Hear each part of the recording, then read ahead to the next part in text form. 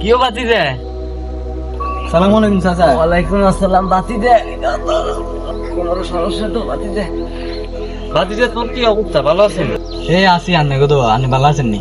আছি চাচা, বয়স হয়েছে তো বেশি একটা ভালো না, তাও আলহামদুলিল্লাহ ভালো আছি। আচ্ছা বাতি দে, তোমার স্বাস্থ্য ভাই রফিককে দেখি না, এত বলি তুমি বিয়ে করছে হাসানি। চাচা আন্নে তাঙ্গো আপন মানুষ, নিজের ঘরের মানুষ, আমার কাছে তার লুক এবার কিছু নাই। এতে বিয়ে করছে, কথা শুনছেন, ঠিক আছে, হাসা শুনছেন। ও নেতার বউর লগে তার লগে বেদাল নেদাল হয়েছিল। কি ঝগড়া হয়েছিল? এই ঝগড়া তো হয়, বুঝেন, পারিবারিক ঝগড়া টাগড়া হয়েছিল। বউ হেদারে রাখি চলে গেছে আর কি কো, এটা রাখি চলে গেছে? হ্যাঁ। আরে বাতিজা কি কো, বিয়ে করছে কদিনে না হয়েছে, এর ভিতরে ঝগড়া হয়ে গেল এর ভিতরে? আচ্ছা চাচা আন্নে আঙ্গ বাদ দিকে যাই সময় করি, বুঝছেন না? আচ্ছা, আমাদের কাজ যাই রেখে না, রেখে যাবো যাই। আরো শুনেন, কথা গান শুনেন, এইসব ব্যাপারে আর আনে কেরে কইন তো না, বুঝছেন? আপন মানুষ জান এর কইছি। আচ্ছা বাতিজা, সমস্যা নাই, এসব কথা মানুষের কোনো ভালো ভালো মানুষ মন্দ করবে।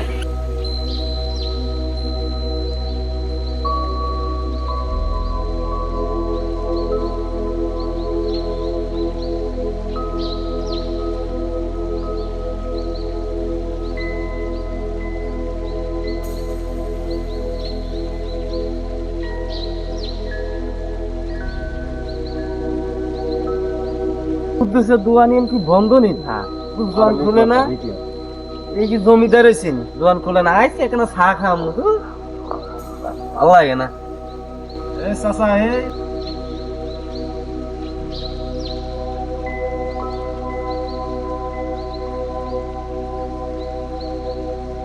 চাচা কিল্লে আছে?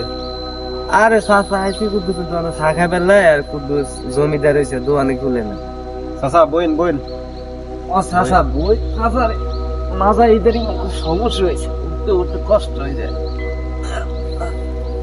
এ বাতি যায় তোমাগুলো রফিককে গেছে কই গেছে, তোমাগুলো দিই না। চাচা আমি তো কাজে থাকি, বলতে পারি না। আচ্ছা, হাতার নামে কিছু শুনছো নি? না তো। হাতে তো কিছুদিন আগে বিয়ে করছে, এটা শুনছো? হ্যাঁ শুনছো নি? অন বলে হাতার বউ নাকি হাতার সাইসে দিয়ে গেছে। কি বলো? আই তো এটা শুনছি, এটা জানি আই। কিয়া করতাম কো আমার, মানে বিয়ে অগল টিকে না, টিকে নি কো, এই যে বিয়ে করছে কদিন হয়েছে, তার বুকে সম্পর্ক নষ্ট হয়ে গেছে। আচ্ছা বাতি যা, তুই থাকো, যাইয়ে কেন, আর আবার বাইক কত কাম আছে, আর নাতে গিয়ে আছে পুরো একবার এখনই যেমন করে হেতার ইসে ঠান লাগে আর। আচ্ছা উড়ি বাতি যা, আল্লাহ থাকো। ও আচ্ছা আচ্ছা বাতি যা, বাতি যা, আগে তোর কথা আমি কইছি, আবার কারো কইও না, কথা আমি কারো কইও না, কেন বাতি যা? আচ্ছা যাই।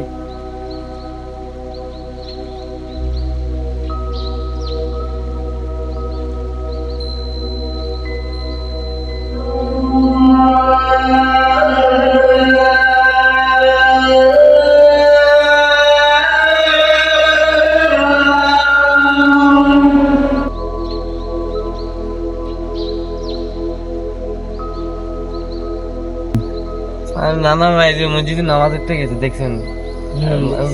কি কি জোর তাতে নামাজও আইছে, হাতে লাগে যে তার খিদে লাগে, হেডবুক লাগছে, হাতে ভাত খেতে যাবো তাতে। আর মর্জনের কথা কি কম, ওরে কইছি যে এনে মহিলা আছে সাফ করার লাই, ইয়ে শুনে না। ওরে কইছি ফাঁকা সুইচ গে দিবার লাই, ফাঁকা সুইচ দিয়ে আরেক গে গান আইগে দেয় না, বুঝলেন?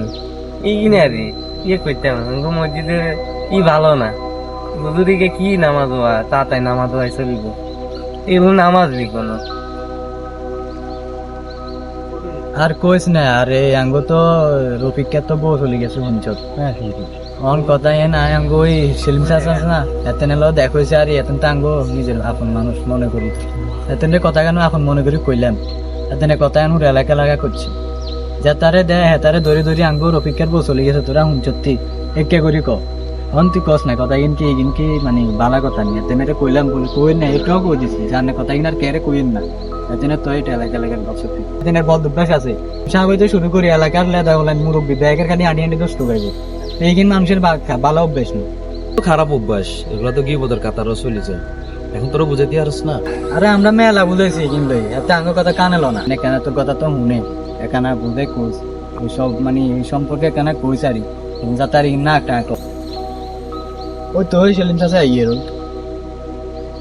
চাচা এখানে দিয়ে যে শুনেন। আসসালামু আলাইকুম চাচা, ভালো আছেন নি? ওয়ালাইকুম আসসালাম ভাতিজা, ভালো আছিস তুই?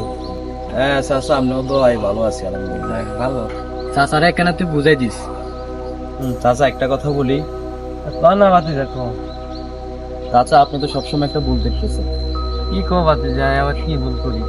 ধরেন চাচা, কালকে আমি আপনি আরো 2-3 জন মিলে আমরা এটা ঘুরতাম যাবো, হ্যাঁ। আমি যাবেন নি? ও ভাতিজারা আছে, তাহলে যাই। এখন আপনি কিছু মাল সামনা নেবেন, বুঝছেন নি? হ্যাঁ। এখন আমি যেগুলো নেব এগুলো আপনি নিয়েন, পারবেন নি? আর নিজে নিতে কষ্ট করো, তোমার কিন্তু কেনে নেবো। চাচা এবার বুঝেন, ঠিক তেমনই আপনি যেমন কি একজনের কথা একজন কাছে বলতেছেন, এটা হচ্ছে কি গীবত।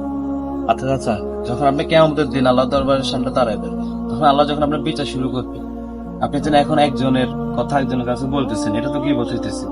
গীবতের গুণাটা হচ্ছে এটা যে যার নাম আপনি গীবত করবেন তার গুণাটা আপনার কাঁধে আসবে। তখন ওই দিন আপনি নিজের গুণার হিসাব দিবেন না, ওই ব্যক্তির গুণার হিসাব দিবেন। নিজেরটা নিয়ে তো চলতে পারবেন না, কি অন্যটা নিবেন গায়ে। ইমাম সাহেবের দোষ, মুয়াজ্জিনের দোষ, ওই ব্যক্তির দোষ, সে ব্যক্তির দোষ, এত দোষ তো খোঁজার দরকার নেই। রাসূল সাল্লাল্লাহু আলাইহি ওয়াসাল্লাম কি বলছে জানেন?